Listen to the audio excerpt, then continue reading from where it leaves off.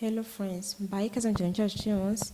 Nizere ko mumeze neza aho muri hose. Wese nzi ko kugenda neza haba mu buzima bwawe busanzwe ndetse n'ibintu byose nzi ko umeze neza aho uri kunkurikirana hose uherereye. Nzi neza ko byose bimeze neza. Rero ngo ikaze cyane wose channel yacu bwa mbere nakubwira ngo kana subscribe kugira ngo video zose zizagenda zikurikira zigeze yanze kugira neza nta kibazo, kandi ndagushimiye cyane wowe kuzi cyangwa nawe uza kubikora video irangiye. Uyu munsi tugiye kuganira ku kiganiro cyiza cyane, tugiye kuganira ese niziye mpamvu zishobora gutera ingo z'abantu bimukiye mu mahanga mu gihe babaga mu gihugu tuvuge nk'u Rwanda, bimukiye mu mahanga bashobora kuba batandukana. Niziye mpamvu zitera abo bantu kuba batandukana, ese ni gute babigenza kugira ngo bibashe kumera neza. Impamvu natubwiye cyane nuko hari abantu benshi nzi bafite icyo kibazo, ugasanga afite impamvu ese niziye bagatinya no kwimukira hanze bitewe nuko bazi ngo zageze hanze zihura n'ibibazo byinshi bigiye bitandukanye. Nakubwira ngo rero iyi video tugiye kureba, hari inshuti yawe iri hanze, hari inshuti yawe iteganya kujya hanze, cyangwa se n'ibindi byose nyine urumva ko iyi video iramureba, ushaka kumusharinga ukamuha link akareba iyi video. So rero nakubwira ngo ingo zagiye hanze zirasenyuka, hari izisenyuka inyinshi cyangwa se hari n'izikomera, ariko uko bisa kose nyinshi nanone zirahinduka, zishobora guhinduka zikomera, zisenyuka mu bintu byinshi bigiye bitandukanye. Ese ni izihe mpamvu? Ngiye kubwira impamvu nyinshi zigiye zitandukanye zishobora gutuma zino ngo zimukiye mu mahanga zishobora gusenyuka. Aha ngaha ndavuga nko muri Europe nyine hanze apana kuvuga ngo uvuye mu Rwanda ugiye muri Burundi ahubwo nyine hari impinduka nyinshi zagiye ziba, ngiye kubwira zishobora gutera izo ngo guhinduka zigasenyuka cyangwa se zikaba ukundi kuntu. Ikintu cya mbere, kwimuka bitera stress. Bishobora no kuvamo no gutandukana.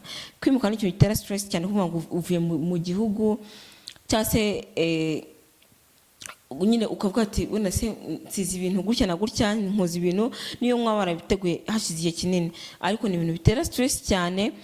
So rero bikaba byatuma hazamo amakimbirane mu rukundo rwanyu, ariko akenshi cyane bino ubushakashatsi buvuga ko kwimuka cyane mu mahanga bitera stress cyane cyane ku gitsina gore. Ku mugore niyo cyane bitera stress, niyo wumva ko nyine yabangamiwe cyane. Niyo wumva ko kandi kugira stress bishobora kuvamo no gutandukana, urumva ko n'ibindi bintu byafashe intera, urumva ni stress nyine zikabije. Ikindi cyane cya kabiri, kwambukiranya imipaka cyangwa se kwimuka. Abagore babihangayikira cyane bijyanye no kubona akazi bitari nk'abagabo. Burya igitsina gabo iyo bageze hanze akenshi usanga ari bahita babona akazi cyane ku bagore, kandi hari umugore ushaka kumva ko ntabwo yakicara adakora, kiza akumva ati umugabo wanjye ndamuzi, nindakora bizanye na gutya tuzashwana. Abagore rero bikabatera stress bitewe nuko abanyumva ko mu mahanga abagabo kenshi usanga bahita babona akazi cyane kurusha abagore babona akazi. Usanga umugore baramwangamiye kumva ko agiye kwicara, akumva ko gutya na gutya nyine akavuga ati no, tugomba gutandukana, cyangwa se akumva ko urugo rurasenyutse rujemo amakimbirane kandi atari yateguwe bitewe n'izo mpamvu zigiye zitandukanye. Ikintu cya gatatu, imico irahinduka. Abagabo bashaka kubaho nk'uko bahoze babaho mu gihugu cyacu. Tuvuge urugero nka bino bihugu mu Rwanda, reka nangwe urugero mu Rwanda, umugabo ahura umugabo kandi umugabo aba ari hejuru, kandi umugabo nyine yumva ko ni umugabo uhahira urugo, ni umugabo ubafasha mu gutera akabariro, ni umugabo ukora ibintu, ariko ni umugabo udashobora gufasha mu mirimo yo mu rugo. Aha ngaha bitandukanye nuko mushobora kugira mu gihugu cyo hanze, mu gihugu cyo hanze, ariko ugasanga aha biratandukanye cyane. Ugasanga wa mugabo mu zindi ngo ni wa mugabo ushaka kuba wakoza amasahani, wa mugabo ushaka kuba gufasha umwana. Rero aha ngaha ku mpande zombi mukaba mutabyumvikanaho, aho ugasanga umugore ashatse kubaho nk'uko asanze mu icyo gihugu bimeze bitewe n'uko ari wari bubyungukiremo. Nanone rero ikindi kintu bisaba, hari ukuntu bawumva ko mu by'ukuri umuntu mwashakanye mwebwe mushobora kwihitiramo kuvuga ati twe turabigenza gutya, uriya umuco w'ahantu runaka gutya na gutya ahantu twavuye mu Rwanda, ariko umuco w'ahantu turi bukomezeho nk'urugo rwacu, ndetse mukaba mwanagusangiza abandi bashuti banyu babegereye cyangwa se abandi bantu.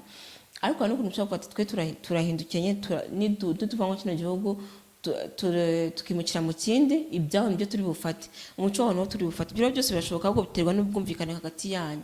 Rero impamvu mukunda gushwana, mugashwana, nuko usanga ntabwo mwabyumvikanyeho.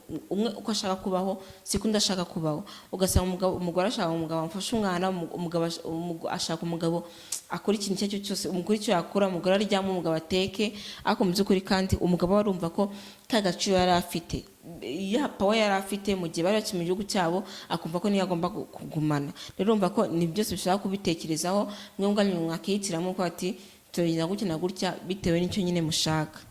Ikindi kintu, kubona hari urundi rwego umaze kugeraho mu gihe mwagiye mu cya gihugu kindi, ukabona hari urundi rwego umaze kugeraho, kandi mu by'ukuri we mwashakanye akiri hahandi mwaje ari ntihakiri, ntabwo yimprovinga, ntabwo azamuka, ariko we hari urundi rwego umaze kujyaho. Nk'uko tubizi ko hari umuntu ujya ahantu ugasanga ahuye n'amahirwe menshi cyane, nyamara uwo wundi bashakanye cyangwa se undi babana ugasanga ni ibisanzwe nyine, akeneye guprofitira kuri wa wundi gusa bashakanye. Rero kandi hari igihe kigera pe ukumva umuntu amurambiwe, ukumva nyine noko kwese uyu muntu udakora, uyu muntu utameze uyu muntu utava ahari, nta kintu twagira nawe. Kandi mu by'ukuri ukabona nk'abandi bantu bari kuri ya level yawe. Tuvuge urugero nk'umugabo akabona abandi bakobwa bari kuri ya level bakorana mu kazi kandi bamwifuza. Iyi nayo ishobora kuba impamvu rero yo gutuma ko ushobora gutandukana n'uwo mwashakanye mu gihe mugiye mugeranye mu mahanga. Ikindi, akazi kenshi gatuma uwo mwashakanye utamwitaho. Mu mahanga ni ahantu haba akazi kenshi, ni ahantu abantu bakunda gukora amanywa n'ijoro, agakora cyane, bigatuma rero uwo mwashakanye utabasha kumwitaho kandi yaramenyereye kumwitaho. Ahangaha natanga urugero ku mugabo. Niba uri umugabo ufite akazi kenshi, ukaba ufite umugore, aho ugasanga ntabwo kumutaho cyane nk'uko byari bisanzwe, aravuga yabonye abandi niyo ntabwo gushaka kunyitaho, ntabwo gushaka kugena gutya, ugasanga utekereza ibindi bintu, ariko mu by'ukuri wowe uhugiye mu kazi gusa.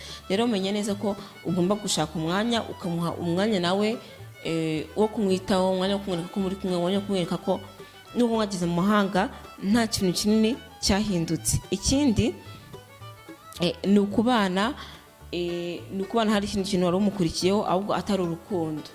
Mwagera mu mahanga rero ugasanga ubonye hari ukundi buryo cyo wabigenza, hari izindi nzira wacamo, bitewe nuko atari urukundo wari umukurikiye, nabyo birashoboka. Ikindi, ni ukubona abandi bagutereta kandi babayeho neza kurusha wa wundi. Ahangaha ni ku ruhande rw'umugore, ukabona abandi bakiri benshi bagira bagutereta, bakubwira ko bashaka kuguhereza ibintu byinshi bigiye bitandukanye, bakubwira ko bashaka kutuza mu bundi buzima bwiza cyane, kandi ubona ko babayeho neza kurusha umugabo wawe. Ngiye ushaka kuba impamvu yo gutuma mutandukana. Iki umuco w'igihugu mugezemo guhereza abantu kuba mwatandukana byoroshye, nanone bishobora gutuma ari handi mujyana ikibazo kimwe gusa, ugasanga muze mumva ko mugomba gutandukana, cyangwa se ukumva ati hari n'abandi baturage benshi bacu bagiye batandukana kandi mbona nta kintu babaye, ukumva ko nyine bya n'ibya cya gihugu bisibi kujyamo. Gutandukana n'umugabo ni ibintu bisanzwe kandi ugakomeza ukabaho. Byose rero birashoboka cyane ko bishobora kuba impamvu yo gutuma we mwatandukana. Indi mpamvu nanone, ni ukubona ko abantu mu iki gihugu babaye bari single kandi bakuze, ukabona nibo babayeho mu buzima bwiza kurusha abashakanye.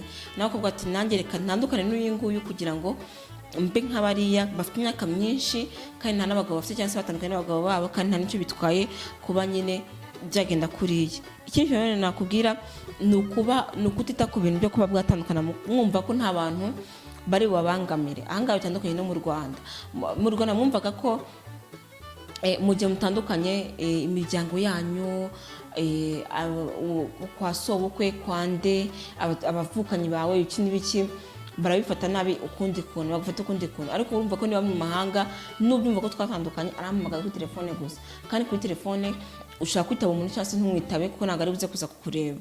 Rero birumvikana ko iyi nayo ni impamvu ikomeye cyane ishobora gutera abantu kuba mwatandukana, kandi mukumva ko nta kintu bibatwaye, cyangwa se umwana wanyu kumva ko mwawubangamira mu buryo bwose bushoboka, kumva ko nta muntu uri bikubaze. Ushobora no kuba warabuze kubikora mu Rwanda cyangwa se ahandi mu kindi gihugu mwari murimo cyo muri Afurika, ariko mwagera hanze ya Afurika mukumva ko gutandukana nawe nta kintu bimuntware, ndigendera, nta n'undi muntu uza kumubaza ibyo bintu, ya ukumva nyine nibyo bintu gutyo muri kugenda mugenderamo, ukumva nyine nibyo bigenda bituma umwana wanyu urushaho kugenda usenyuka.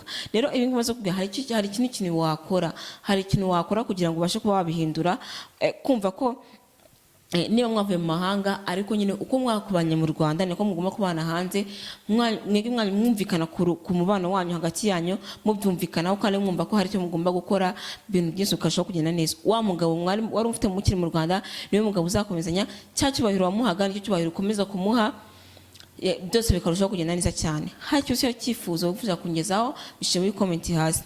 Nanone ushobora kumva ko hari ikindi kintu ntavuze kandi gikenewe, hari abashitsi bacu bagomba kucyumva, bishyire muri comment hasi kugira ngo ndi kugusubiza, ndetse n'icyo ngicyo nanjye nkibonereho, kandi nanjye nkibone biranshimisha cyane. Nakubwira ngo na subscribe wowe utari wayikanda, nkubwira ngo ukande share nkuko nabashe kubikubwira, kugira ngo partage iyi video ku zindi nshuti zawe. Nkuko maze kumenyana kumwe nanjye Mupenzi Risi, bye bye.